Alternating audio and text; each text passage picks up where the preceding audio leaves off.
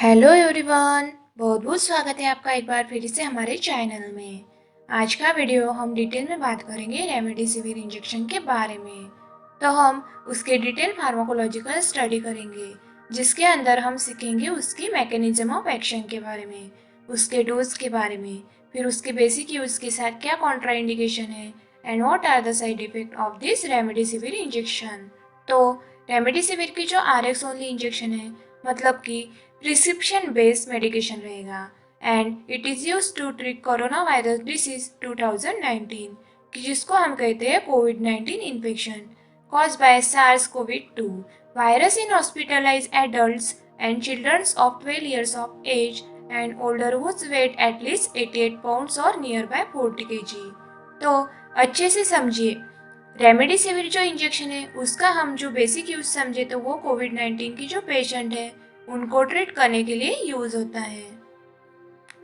उसमें भी जो हॉस्पिटलाइज पेशेंट है, फिर एडल्ट पर्सन और चिल्ड्रंस ऑफ 12 years एज, मतलब कि 12 years ऊपर के एज की जो चिल्ड्रन है उनके अंदर, और ओल्डर पेशेंट की जिनका वेट अराउंड 40 kg होना चाहिए, ऐसे पेशेंट को ट्रीट करने के लिए रेमडेसिविर इंजेक्शन यूज होता है। उसकी साइड हम देखें इंजेक्शन की तो इंट्रावेनस यूज ओनली, मतलब कि इंट्रावेनसली ये इंजेक्शन दिया जाता है।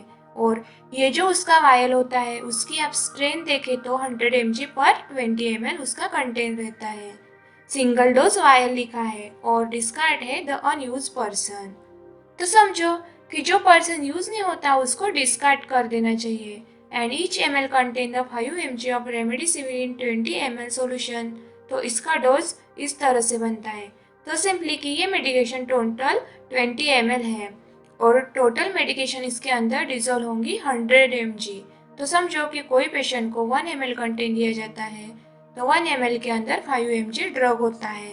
फिर समझो कि किसी को 10 ml कंटेन जो इंजेक्शन दिया जाता है तो 10 ml के अंदर इक्विवेलेंट टू मेडिकेशन होंगी 50 mg।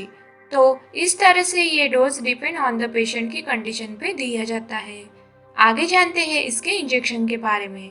तो ये जो रेमडेसिविर है वो एंटीवायरल ड्रग कही जाती है and it is a class of the medication called antivirals. It works by stopping the virus from spreading into the body. कि जब वायरस का इन्फेक्शन काफ़ी सीवियर हो जाता है तो ऐसे कंडीशन में ये वायरस को बॉडी के दूसरे पार्ट के अंदर या फिर आगे जो फर्दर एप्लीकेशन होती है, ग्रोथ होती है, उसको इनहिबिट करके पेशेंट को रिलीफ देती है। तो ये था रेमडेसिविर इंजेक्शन का बेसिक। आगे जानते हैं रेमडेसिविर के बारे में। ये जो होता है वो मेनली लायोफिलाइज पाउडर होता है, कि जो फ्रीज ड्राइंग टेक्नोलॉजी से उसे डेवलप किया जाता है और 100 mg उसकी मेन स्ट्रेंथ रहती है and the only US FDA approved emergency use authorization treatment for patient with कोविड-19 डिसीज। तो जो कोविड-19 के जो पेशेंट है उसमें भी जो सीवियर कंडीशन होती है, इमरजेंसी कंडीशन होती है, तो उस वक्त ये इंजेक्शन पेशेंट को दिया जाता है। अब देखते हैं उसके ब्रांड के बारे में। तो सिप्ला ने सिप्रेमी करके ये प्रोडक्ट इंडिया के अंदर लॉन्च किया है और दूसरे भी जो ब्रांड है उसके बारे में आगे जानते हैं। तो remdesivir lyophilize powder for injection 100 mg, the only US FDA approved emergency use authorization treatment for patient with COVID-19 disease। तो अब आपके माइंड में एक क्वेश्चन होगा, रेमडेसिविर आखिर में क्या है? What is a remdesivir?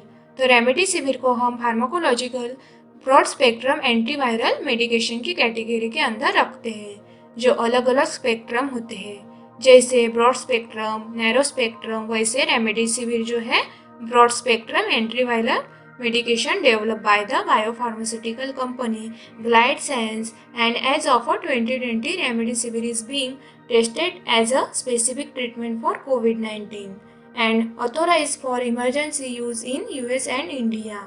तो दोस्तों, आपके माइंड में एक क्वेश्चन आया होगा कि रेमडेसिविर आपको डेवलप कौन करता है? तो रेमडेसिविर में मेन जो एक्टिव फार्मास्यूटिकल इंग्रेडिएंट है, तो मेन जो API है वो ग्लाइड साइंस फार्मास्यूटिकल जो है वो बायोफार्मास्यूटिकल कंपनी को डेवलप करती है। तो रेमडेसिविर इंजेक्शन जो है उसको इंजेक्ट किया जाता है into a when and it is also received approved in United kingdom in May 2020। Antiviral activity against the several RNA viruses, including SARS coronavirus and MERS coronavirus, but it is not approved for any indication. Remdesivir was originally developed to treat hepatitis, कि originally ये medication को hepatitis के treatment के लिए develop की गई थी, but जो लेटेस्ट स्टडी है, जो रिसर्च के अकॉर्डिंग टू इसको जो कंट्रीज के अंदर अप्रूवल मिला फिर ट्रीटमेंट ऑफ कोविड-19 पेशेंट को, तो कौन से मैकेनिज्म पे ये रेमडेसिविर काम करता है, तो यहाँ पे एक और ब्रांड देख सकते हैं, हेट्रो का जो कोविफोर करके प्रोडक्ट है वो लायोफिलाइज पाउडर 100 mg का कंटेन रहता है। For vial intravenous infusion only single dose vial रहता है and discard the unused person. तो mechanism of action of remdesivir क्या है? It is an adenosine nucleoside triphosphate analog and the active metabolite of remdesivir interfere with the action of viral RNA dependent RNA polymerase और इसके कारण क्या होगा? इनिवेट्स proof reading by viral एक्सोरिबोन्यूक्लियस जिसे axon कहा जाता है, causing decrease in viral RNA production. तो आपको क्वेश्चन होगा कि ये एक्चुअल में ये होता क्या है, किस तरह से आरएनए प्रोडक्शन इनहिबिट हुआ, किस तरह से प्रोडक्शन रिड्यूस हुआ।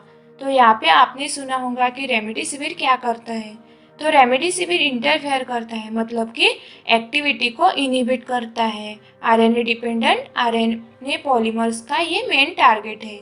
आरएनए डिपेंडेंट आरएनए पॉलीमर्स को किसी भी वायरस को अपने आरएनए के प्रोडक्शन के लिए अगर समझो कि ये इंजाइम इनहिबिट हो जाएगा तो ये इंजाइम समझो कि अवेलेबल भी नहीं होता, तो उसके कारण क्या होगा? आरएनए का प्रोडक्शन बंद हो जाएगा। तो नए वायरस का जो रेप्लिकेशन करते हैं, एक में से 2 वायरस, 2 में से 4 वायरस से उनका ग्रोथ होता है, तो मल्टीप्लिकेशन होता है, वो यहाँ पे स्टॉप हो जाता है, जिसके कारण वायरस काफ़ी रिड्यूस हो जाता है। पर्सन के बॉडी के अंदर जो ग्रोथ होती है वो कम्प्लीटली इनहिबिट हो जाती है। तो इस तरह से मेडिकेशन अपनी फार्माकोलॉजिकल एक्शन देता है, जिसे हम कहते हैं mechanism of action of remdesivir injection. तो सभी मेडिकेशन के साइड इफेक्ट होते हैं, वैसे रेमडेसिविर के भी साइड इफेक्ट है। तो देखते हैं the most common adverse effect in studies of remdesivir for covid include the respiratory failure हो सकता है, ऑर्गन इम्पार्टमेंट हो सकता है, फिर including low albumin and low potassium के साइड इफेक्ट से पर्सन के अंदर एल्ब्यूमिन एंड पोटेशियम का लेवल डिक्रीज हो सकता है, low count of red blood cell and low count of platelet that help with clotting and yellow discolorization of the skin। अब देखते हैं कॉन्ट्राइंडिकेशन क्या है, तो जानते हैं हाइपर सेंसिटिविटी टू रेमडेसिविर और any component of the formulation, और उसके अलावा भी जो एनीमिक पेशेंट है जिनके अंदर HB भी कम है और RBC भी कम है, और उसके जो हमने साइड इफेक्ट देखी तो रेमडेसिविर ऑलरेडी RBC के ऊपर अफेक्ट करता है, प्लेटलेट डाउन कर सकता है। तो ऑलरेडी जो पेशेंट एनीमिक है या फिर RBC उसके कम है तो उसके लिए दूसरे अल्टरनेटिव ऑप्शन सोचने चाहिए एज कम्पेयर टू रेमडेसिविर, या फिर सामने सपोर्टिव केयर देखकर ही उसको ये इंजेक्शन देना चाहिए। And person with low RBC, अब लास्ट हम देखें तो हाइपोकैलेमिया कि लो अमाउंट में पोटेशियम है जिनके अंदर, उनके लिए भी कॉन्ट्राइंडिकेशन रहेंगी। तो ये सब पैरामीटर्स है जो अच्छे से देखने के बाद ही इंजेक्शन यूज़ किया जाता है। तो ये था detail about remdesivir injection. Thank you for watching. ज़रूर वीडियो को लाइक करें, शेयर करें, सब्सक्राइब करें।